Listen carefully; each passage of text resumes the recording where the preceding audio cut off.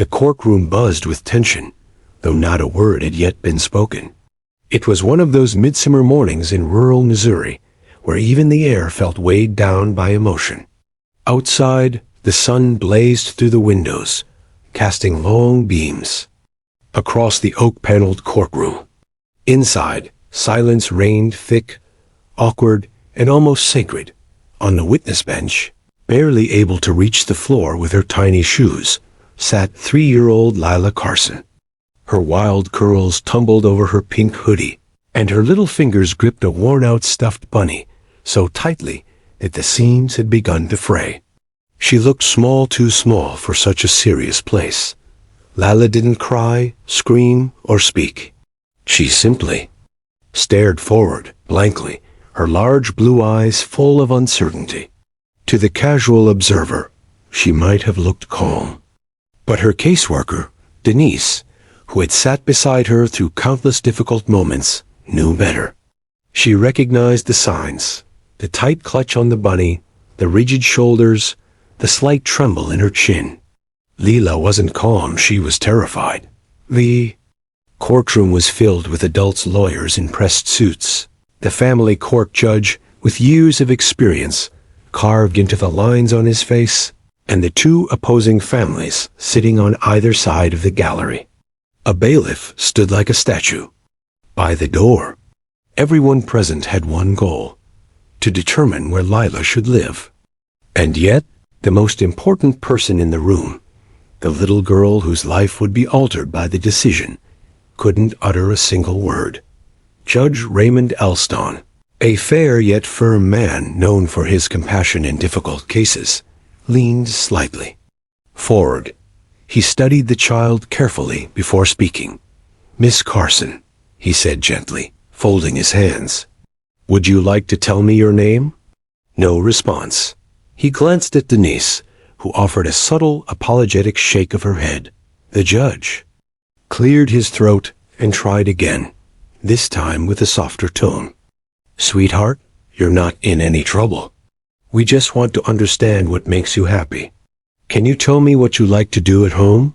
Still nothing. Lila simply clutched her bunny tighter, her eyes now shifting from the judge to the polished wooden floor. Her lips trembled ever so slightly, as if 1,000 words were trapped inside her, but none could find their way out. Denise said quietly, breaking protocol by speaking unprompted, "Lila hasn't spoken since being removed from her biological mother's care 4 months ago. She's been in 3 foster homes in that time. She doesn't speak unless she feels completely safe." The judge nodded slowly, clearly. Sympathetic. "And does she feel safe now?" Denise hesitated. "No, sir, not yet."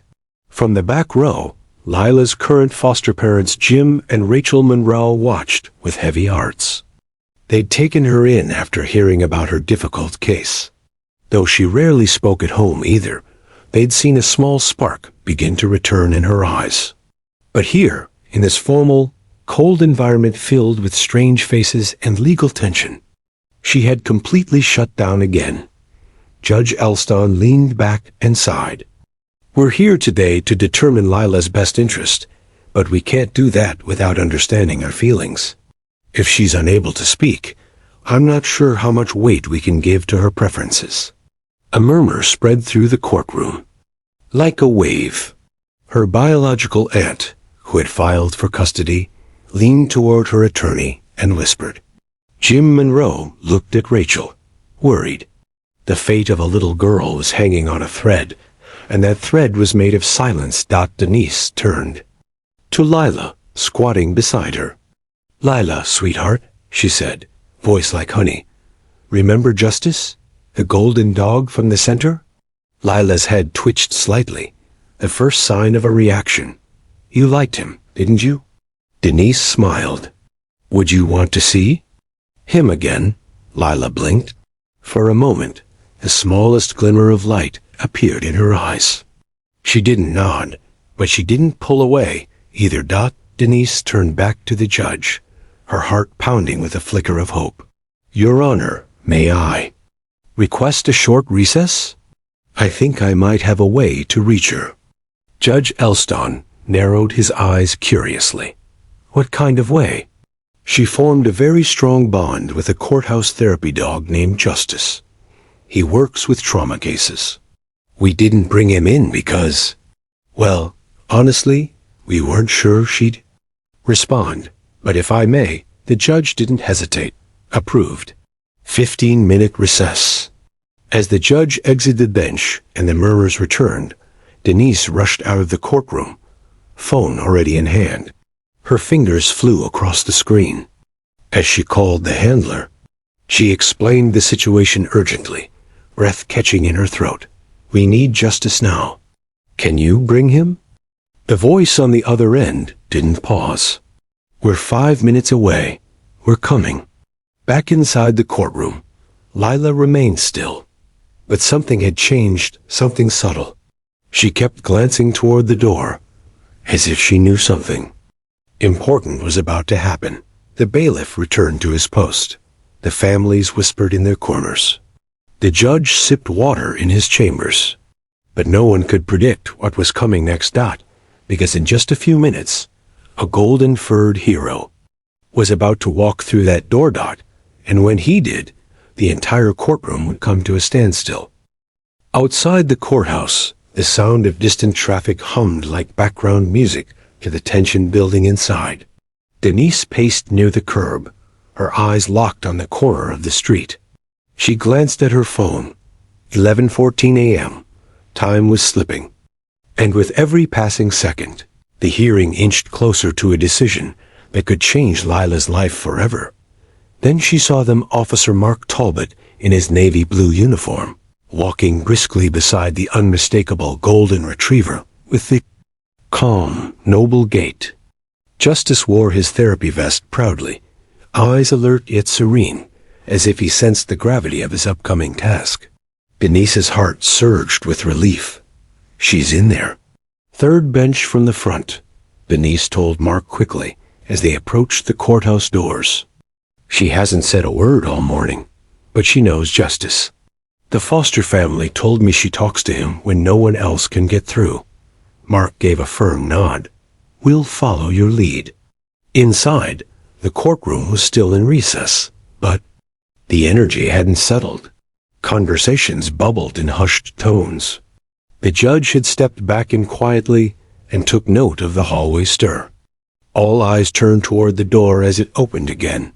The bailiff's voice rang out. Court therapy dog entering.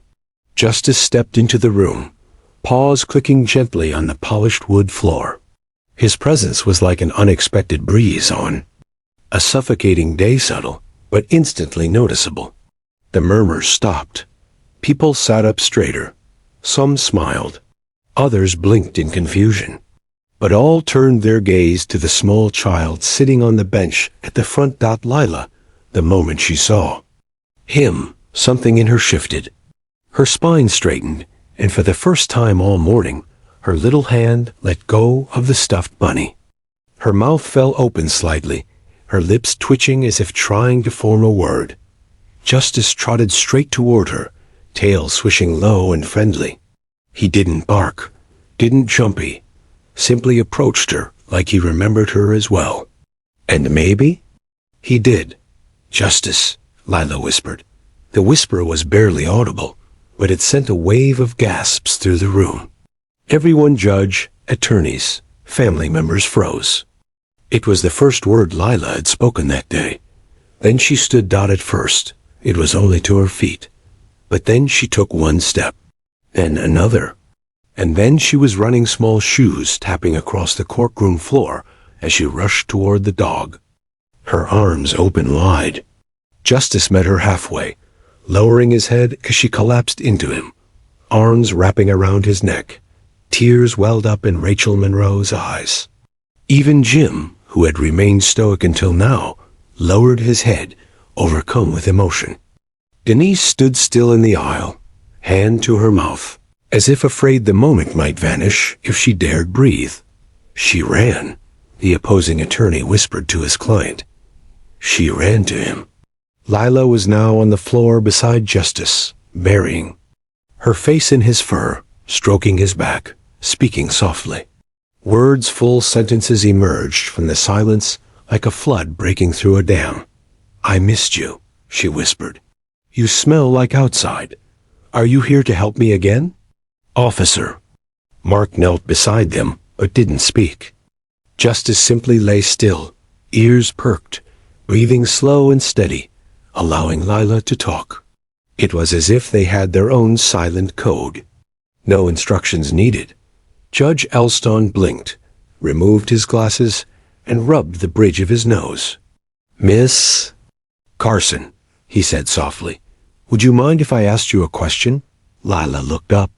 Her voice trembled slightly, but didn't fade. "Okay. What makes you feel safe?" She didn't hesitate. "Justice and Rachel. And when the lights are on at night." "I don't like dark." "And what makes you feel scared?" The judge asked gently, yelling, doors slamming. "Too many people talking," she said, eyes still on Justice. A silence more powerful than before swept over the room. The court reporter paused in her typing, hands hovering over the keys, her eyes glassy. One of the security officers leaned forward slightly, captivated. Even the opposing family members shifted uncomfortably in their seats, sensing the tide was changing. Rachel Monroe couldn't stay seated. She rose slowly and came to kneel behind. "Lila, we keep the lights on," she said softly. "And the house is quiet. Always." Lila smiled without looking up. "I know." Justice licked her cheek, drawing a giggle from Lila that sounded like music in the still courtroom. Denise, watching it all unfold, felt a wave of warmth in her chest. She remembered every failed session with Lila, every silent afternoon, every moment the little girl would shrink back at the sight of someone new. But here she was now, speaking as if the courtroom were her playground, all because of the golden dog at her side. The judge leaned back in his chair. "I believe we've seen more progress in 5 minutes than we've heard in the last 4 months," he said. "Let the record show that the child has verbally responded to questions while in the presence of the courthouse therapy dog, and her statements will be taken into consideration." One of the attorneys stood up. "Your Honor, with the court's permission, may I request that Justice remain present during the remainder of today's hearing?" The judge nodded immediately. "Granted. Justice may remain wherever the child chooses." Lila, still stroking the dog's fur, looked up at Denise and said, "Can Justice sit next to me now?" It wasn't just a question. It was a declaration. The emotional wall, built from trauma and fear, was crumbling brick by brick. And the key to unlocking it wasn't medication or months of therapy. It was a furry, 4-legged friend who listened without judgment and loved without conditions. Justice trotted over to the witness bench and laid down beside the chair. Lila climbed up with him, this time leaving her stuffed bunny on the floor. She didn't need it anymore. Not when her real protector was beside her. The hearing was far from over. Legal matters still had to be discussed. But from that moment on, the entire courtroom understood. Lila had spoken, and her voice, small, sweet, and strong, had turned the tide. And all it took was a dog named Justice walking through the door.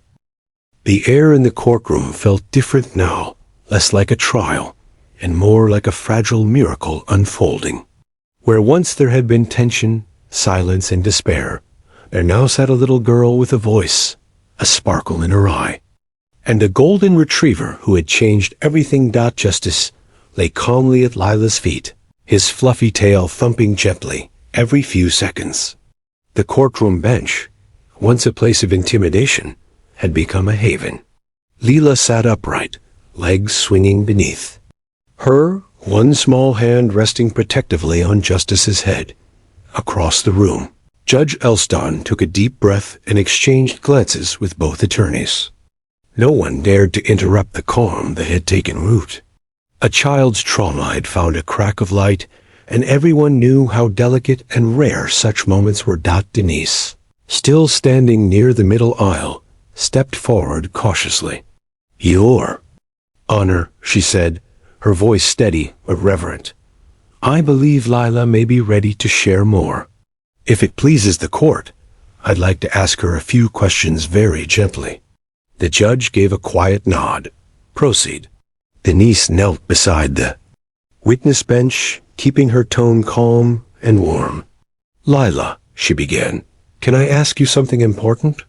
Layla nodded, stroking Justice's soft fur. Do you remember when you lived with your mommy? Denise asked, careful not to sound forceful.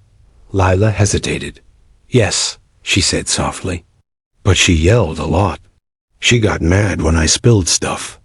She said bad words.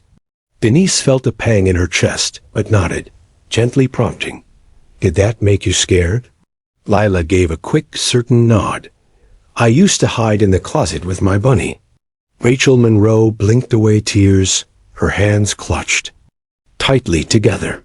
From across the courtroom, Lila's biological aunt shifted uneasily. Though the custody petition had come from her, the little girl's words landed like weights on everyone present. And when you moved to the new house with Jim and Rachel, how did that feel?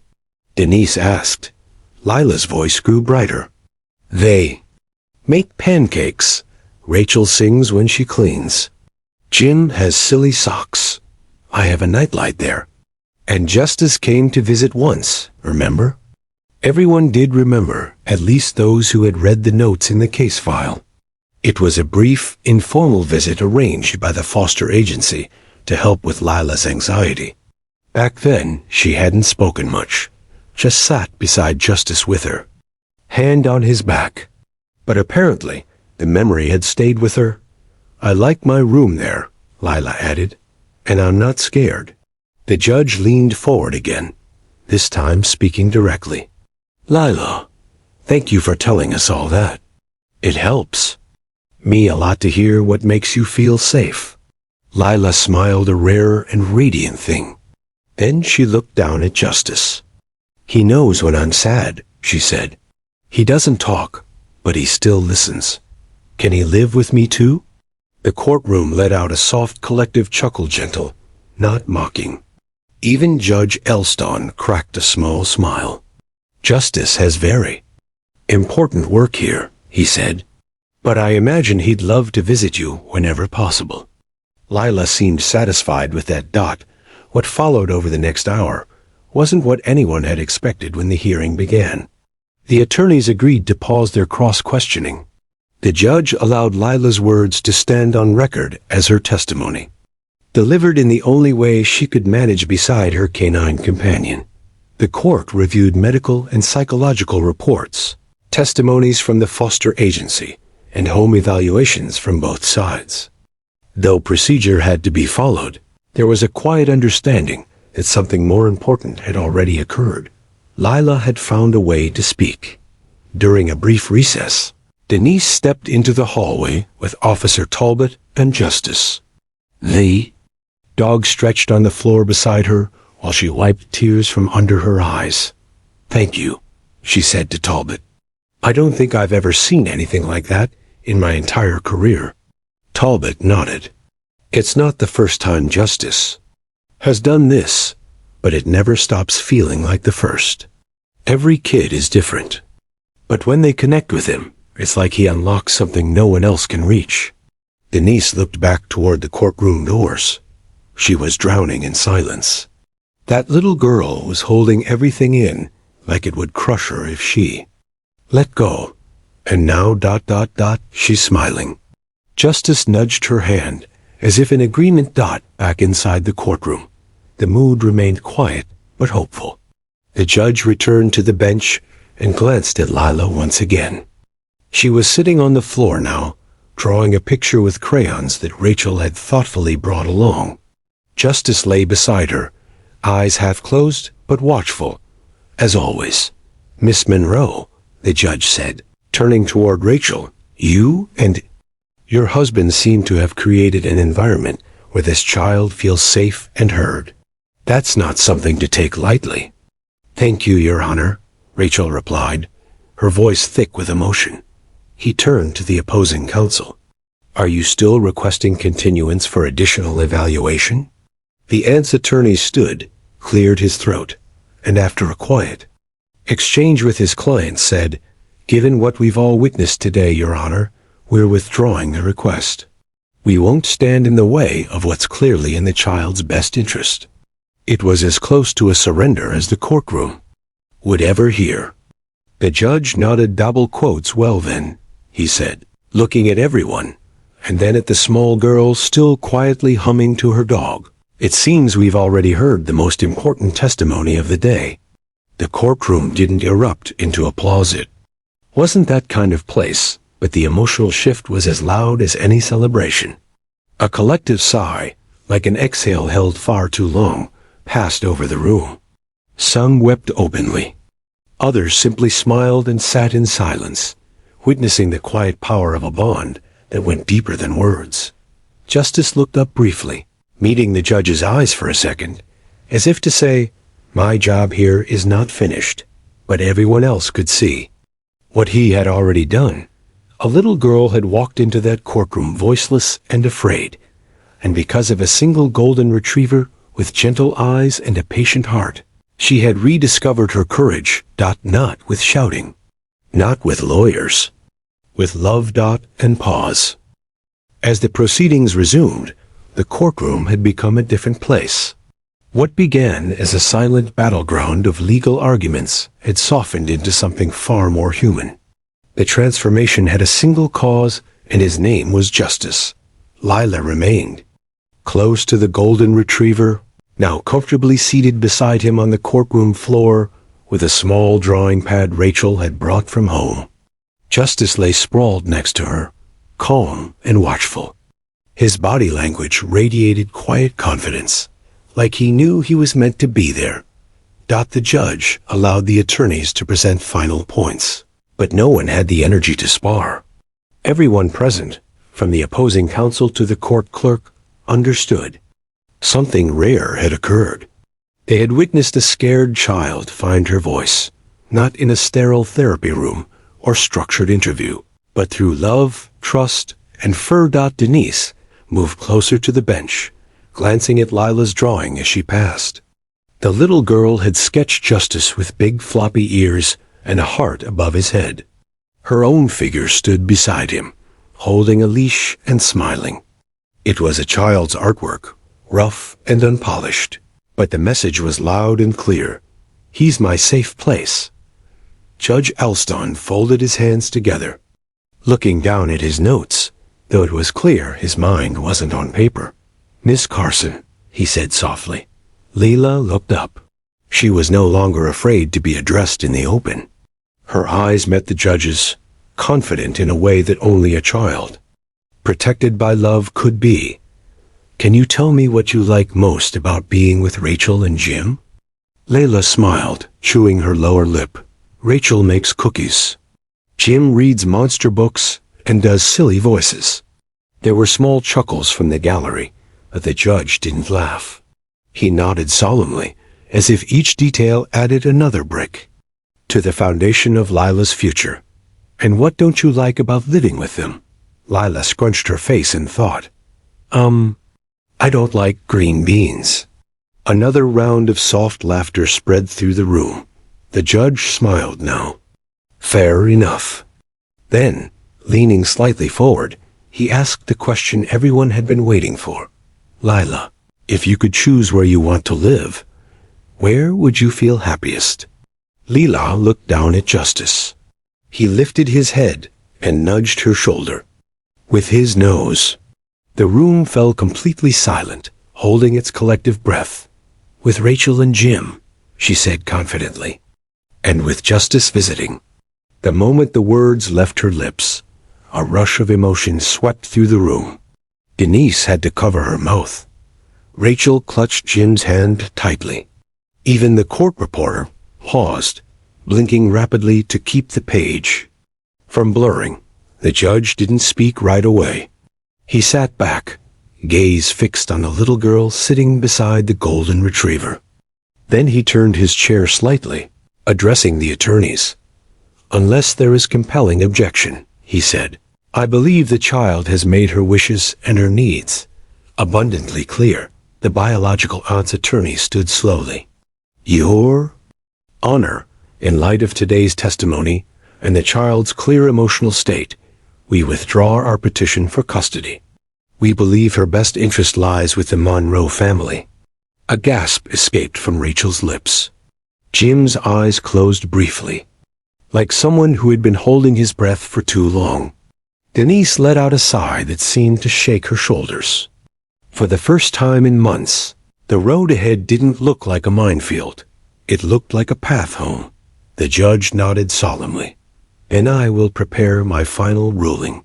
Effective immediately, Lila Carson will remain in the permanent custody of Jim and Rachel Monroe. The court commends all parties for their restraint and professionalism today. He looked down once more at Lila, his voice softening. And thank you, Miss Carson, for your bravery. Lila nodded and hugged Justice tightly. We did it, she whispered into his ear. Justice responded with a soft huff and a wag of his tail. Pressing his head into her lap. Rachel finally stood and stepped forward, kneeling to open her arms. Lila stood, ran to her, and was swept into a tearful embrace. Jim joined them seconds later, wrapping both in his arms. The little family stood in the center of the courtroom, quiet but radiant, the kind of scene rarely witnessed in a room, meant for legal battles and broken lives. Denise approached Officer Talbot, her voice choked with gratitude. You have no idea what you just did. Oh, I think I do, he said, watching Justice wag his tail and trot over to greet the happy family. He's done it before, but it never feels any less like magic. They turned as Lila came running back over to Justice, throwing her arms around his neck once again. Can we take a picture? She asked Rachel. Rachel wiped her eyes. Of course we can. One of the courthouse staff offered to take the photo. Lila stood beside Justice, grinning wide, with Rachel and Jim kneeling on either side. The flash clicked, capturing a moment that would soon become part of court history.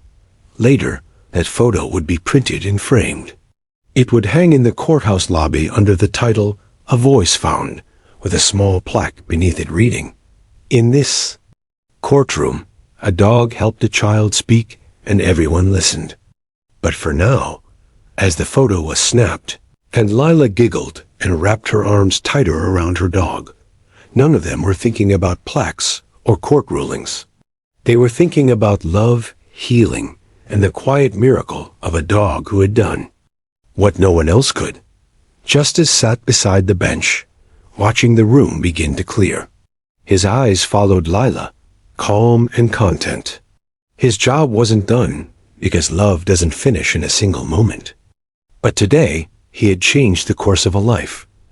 And as Lila left the courtroom hand in hand with Rachel, her free hand resting on Justice's head, the courtroom, once a place of silence and fear, was filled with something new. Hope.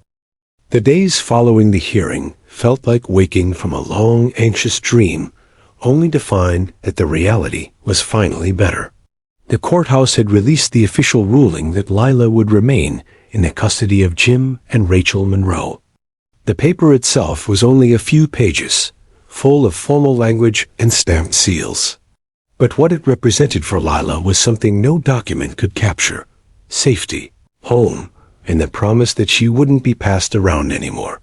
But the person, or rather, the soul who seemed to understand it most, wasn't a person at all. It was Justice. Lila's bond with the golden retriever didn't end at the courtroom door. True to their word, Officer Talbot and the therapy dog made arrangements to visit Lila every week, a promise kept without fail. Each Friday afternoon, the cruiser would pull into the driveway of the Monroe's cozy home, and Lila would come running, barefoot across the grass, arms wide, voice loud with joy. Justice! She'd cry, her voice like a melody that had once been silenced. Justice would leap from the car, tail wagging furiously, his entire body echoing her excitement. The moment they met, Lila would drop to her knees and wrap her arms around his neck, like reuniting with an old friend. But what made it remarkable wasn't just that she smiled and laughed with the dog. It was what those moments revealed. During those Friday visits, Lila talked, not just about games and cartoons, but about her. Memories, her fears, and the shadows that had once kept her from sleeping. She whispered secrets into Justice's ears. Sometimes she would draw pictures and explain them to him, believing he understood every word. Rachel began noticing patterns. Lila would have trouble expressing her feelings during the week, especially when something triggered her past. But the moment Justice arrived, the walls came down. She tells him everything. Rachel explained to Denise during a follow-up visit. Things she won't even say to us. I've heard her tell him about nightmares she's had, how she misses her mom but doesn't want to go back, and how she feels guilty about being happy sometimes. She unloads it all right into his ears. Denise listened, amazed. That's exactly what he's trained for. But with her, it's like he was made for it. One afternoon, during a visit, Jim sat quietly on the porch with Officer Talbot, while the dog and child played under the tree in the backyard. I'll be honest, Jim said, sipping his iced tea. I didn't think a dog could do what therapy and counselors couldn't. Talbot smiled, not offended in the slightest.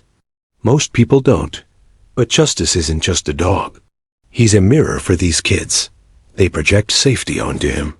He doesn't judge, doesn't interrupt, and he doesn't ask questions. He just listens. Jin nodded thoughtfully. I've seen her wake up crying from a bad dream and whisper to his picture. And when he's here, there's no fear at all. I think he's part of why she calls this place home. Meanwhile, in the yard, Lila had curled up beside Justice, her head resting against his warm side. You know I'm not scared of closets anymore, she whispered. Because now, I don't have to hide. Justice didn't move, but his tail thumped once. She giggled. And guess what? She said, lowering her voice like she was telling a grand secret. I'm going to ask Rachel if I can be a dog doctor when I grow up. I want to help dogs like you help kids like me. Her little fingers gently traced the edge of his vest. Later that evening, after Justice left, Lila pulled out her crayons and drew a picture of a house. In the center stood her, with a stethoscope around her neck and a paw print badge on her shirt. Beside her, of course, was Justice, eyes wide, tongue out, and wearing a superhero cape. She titled it, Dr. Lila and Captain Justice. Rachel put the drawing on the fridge, placing a magnet shaped like a paw over the top corner. She glanced at Jim, her voice soft. You know, I think she really believes she can do that one day. Jim looked at the picture, then down the hallway where Lila was humming in her room. After what we've seen, I believe it too. But it wasn't just the Monroe family that had noticed Lila's transformation. Word of the courtroom moment had spread quickly. Within days of the hearing, someone from the clerk's office had shared the photo of Lila hugging Justice, taken just after the judge's ruling. With permission from the Monroes and the therapy team, the image had been shared with local press. The caption read, A child's voice unleashed by a hero with 4 paws. From there, the story took on a life of its own. Local news outlets interviewed Denise and Officer Talbot. Rachel gave a teary-eyed statement about the importance of trauma-informed care. And of course, Lila's drawing, Dr. Lila and Captain Justice, made its way into every segment, melting hearts across the state. But the real victory wasn't in the headlines.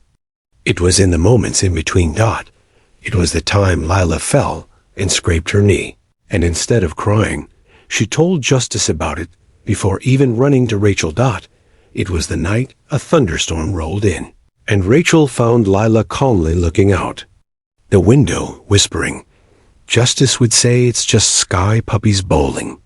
It was every bedtime that ended with, "Can I tell Justice good night, even if he's not here?" A dog had entered a courtroom, and everything had changed. But the ripple effect went far beyond one afternoon, because Lila didn't just speak that day. She found her voice, and justice helped her keep it.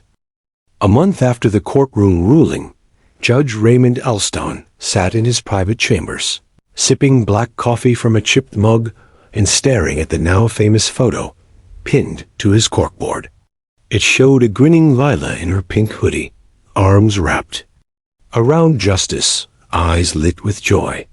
Behind her, Rachel and Jim smiled with pride and quiet relief. The judge hadn't posted many photos over his years on the bench court, was not usually a place for celebrations. But this one stayed. It reminded him that his work wasn't just about statutes and signatures. Sometimes it was about listening to things that couldn't be written down. That morning, a memo slid onto his desk from the Chief of Family Services. A proposal had been drafted, a pilot program to bring therapy dogs into more courtrooms, especially for cases involving young children with trauma. The inspiration behind the program? Lila and Justice. He read the proposal twice, eyes lingering on a paragraph that cited immediate emotional stabilization observed in minor subject Carson following interaction with canine Justice. He smiled slightly. "Observed," he muttered to himself. "We were all more than observing. We witnessed something holy." The boldness of the decision he'd made that day still echoed in his mind. Choosing to take a child's unspoken fear and spoken hope over procedural red tape was not always the judicial path. But it had been the right path. And now it was leading somewhere even bigger. Later that afternoon, Denise arrived with Lila and Rachel for a special meeting requested by the judge. Lila wore her dog doctor shirt, complete with a paper badge she had made herself. She also held her usual companion, her slightly worn stuffed bunny, but now it had a blue vest. Sewn on it, labeled Justice Jr. When they entered the chambers, Judge Elston stood and offered Lila a warm smile. "Hello there, Doctor," he said, nodding at her shirt. Lila beamed and saluted him. "Justice said I could be anything." "Justice is a wise dog," he replied. Justice, of course, was already sitting nearby with Officer Talbot. He stood and approached Lila calmly, greeting her with a wag and a soft huff. She knelt and hugged him like they hadn't seen each other in years. Even though it had only been 3 days, the judge gestured for everyone to sit. Rachel and Denise settled in, while Lila and Justice remained on the floor, as comfortable in a judge's chambers as most kids would be in their own bedroom. "I wanted you to come in," the judge began, "because something very special is happening thanks to you and Justice. Do you remember when you talked to me in court?" Lila nodded. Double quotes. "Well, what you said helped so many people understand what kids like you need. And because of that, we're going to start letting dogs like Justice help more children during scary hearings." Lila's mouth opened in surprise. "Even other kids can talk to him?" "Not just him," the judge said. "There'll be more dogs like him, maybe even trained by the same people. They'll help kids who are scared and need someone to listen." Lila reached for Justice's ear and whispered, "You're gonna have teammates." The golden retriever responded by rolling over onto his side, tail wagging hard. Rachel touched her chest, trying not to cry. "I can't believe this is happening." She thought she was the only one. "Not anymore," Denise added. "You've started a ripple, Lila." The judge leaned forward. "And there's one more thing.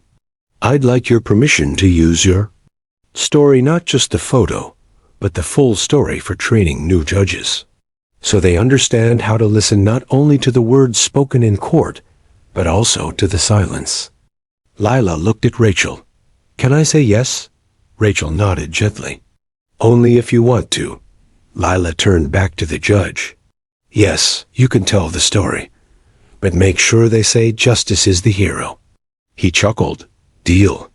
The judge handed her a small envelope.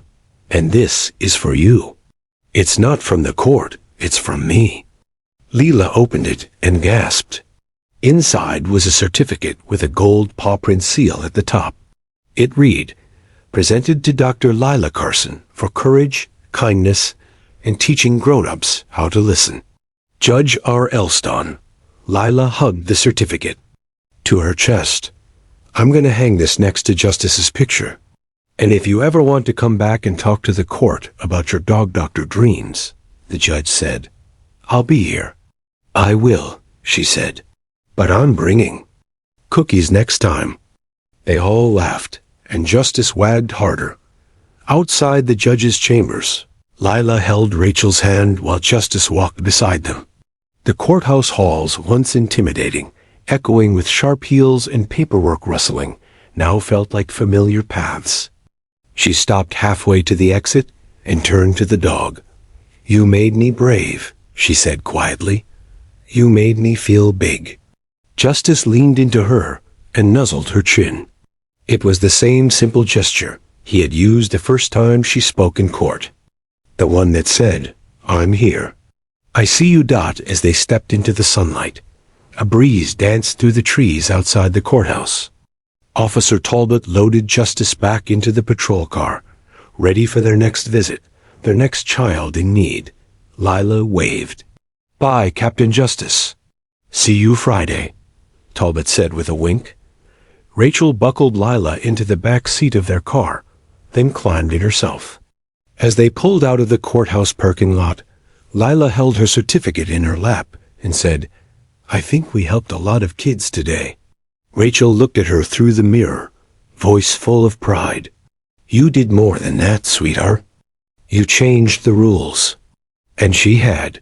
A little girl once afraid to speak, now had the power to change lives, because one judge had made a bold decision, because one dog had walked into a courtroom and made the world stop. In the weeks following Judge Elston's bold decision, the story of Lila and Justice spread beyond the courthouse walls and into the hearts of many.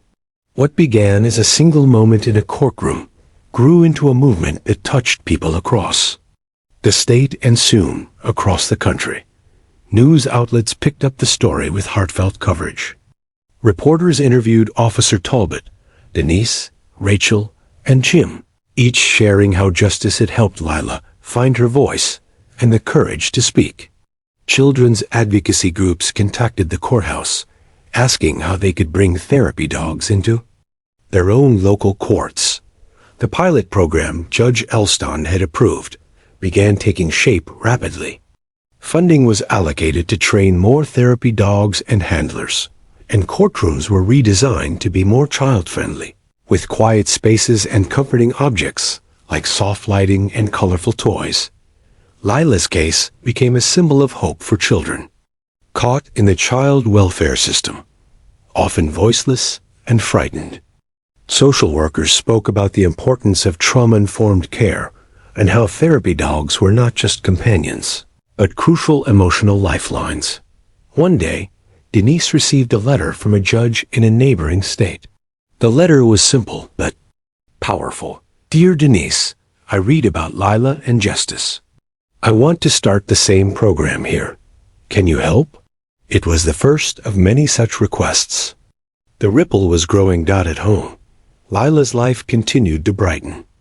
She talked more each day and grew more confident. Rachel and Jim took her to the local library, where Lila became fascinated with books about animals and healing. She insisted on reading aloud, sometimes with Justice sitting beside her as if he was listening to every word. "She's blossoming," Rachel told Denise during a visit. "But it's more than just talking. It's like she finally feels safe enough to be herself." Denise nodded. "That's the real victory." Meanwhile, Officer Talbot and Justice kept their weekly visits.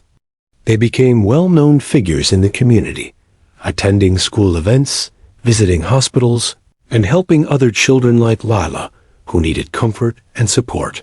One afternoon, Justice helped calm a frightened boy during a court hearing. The Boy, shy and withdrawn, reached out tentatively to stroke Justice's fur. Minutes later, he was talking quietly to the judge, answering questions he had refused to speak moments before. The judge later thanked Talbot, saying, "That dog saved this kid's future." The reputation of courthouse therapy dogs was growing, fueled by stories like these. Back at the Monroe home, Leela sat with Rachel and Jim one evening, holding her Dr. Lila and Captain Justice, drawing close. "I want to help dogs like Justice everywhere," she said softly. Jim smiled. "I think you will, kiddo." Rachel kissed her forehead. "You're already doing it." Layla looked down at her hands, fidgeting. "Do you think other kids will be brave like me?" "They will," Rachel assured her, "because you showed them how." In schools, courts, and homes, the story of a little girl and a golden retriever became a beacon of hope, teaching people that healing could come in the most unexpected forms. Lila's voice, once lost to fear, now carried far beyond a single courtroom. It echoed in every place where children needed to be heard. And Justice? He continued his quiet work, paw prints left on hearts wherever he went, a true hero with no need for words. Months passed since that unforgettable day when Justice walked into the courtroom and a little girl found her voice. The ripple effect hadn't just reached other courts. It had blossomed into a community-wide transformation. Lila's story became a cornerstone for child advocacy in the state. At a ceremony held at the courthouse, Judge Ilston, Officer Talbot, and Denise stood alongside Rachel and Jim to announce the official launch of the Justice Program, a statewide initiative to pair trained therapy dogs with young children. Involved in family court proceedings, the courtroom where Lila had spoken was filled to capacity with lawyers, social workers, community leaders, and reporters. Cameras flashed as Lila, now 4 years old, stood proudly beside Justice. She wore her favorite pink jacket and held a small leash for her canine hero. Judge Elston handed Lila a medal inscribed with a paw print and the words, "For courage and inspiration." The little girl's eyes sparkled as the audience erupted into applause. She grinned shyly and whispered to Justice, "We did it, Captain." From that day forward, Justice wasn't just a therapy dog. He was a symbol of hope, courage, and the unspoken power of love. For Lila, the transformation was profound. The nightmares that once haunted her disappeared or became manageable. She flourished in her new home with Rachel and Jim, thriving in school and in life. Her laughter filled rooms where once silence had lingered. One afternoon, as Rachel watched Leela play in the yard with Justice and their new puppy, she felt overwhelming gratitude. "It's like the darkness has lifted," she said quietly to Jim. And it all started because one dog walked in. A community also embraced the new program wholeheartedly. Training centers popped up to certify therapy dogs for court work. Judges across the state began requesting their presence at hearings. Social workers reported fewer behavioral breakdowns during evaluations. And children, many too scared to speak before, found their voices through wagging tails and warm eyes. Denise, who had worked tirelessly as a child advocate, watched the change with awe. "It's more than just dogs," she explained to a local news reporter. "It's about listening in a way that makes kids feel safe." Justice showed us that love can be the greatest therapy. Officer Talbot remained Justice's handler, his pride in the dog growing daily. Every time I see a kid open up because of Justice, I'm reminded why we do this. It's not just about the law, it's about healing lives. Lila, of course, had dreams far beyond her years. Inspired by her own journey, she announced to Rachel one evening, "When I grow up, I'm going to be a dog doctor and help kids like me." Rachel smiled and hugged her. "And you'll be the best one." The story of Lila and Justice echoed far beyond the courthouse walls, becoming a testament to the healing power of compassion. It proved that sometimes the greatest breakthroughs don't come from words spoken aloud, but from quiet connections made in moments of fear. Justice remained a steady companion, his golden coat shining as a beacon of hope. Wherever he went, he carried the unspoken message that every child deserves to be heard and loved. And Lila? She never stopped speaking. Her voice, once silenced by fear, was now a powerful force, one that changed lives, hearts, and the very system meant to protect her. The courtroom where she had once been a scared little girl was no longer a place of dread. It was a place where hope walked in on four paws, and where a voice was unleashed forever.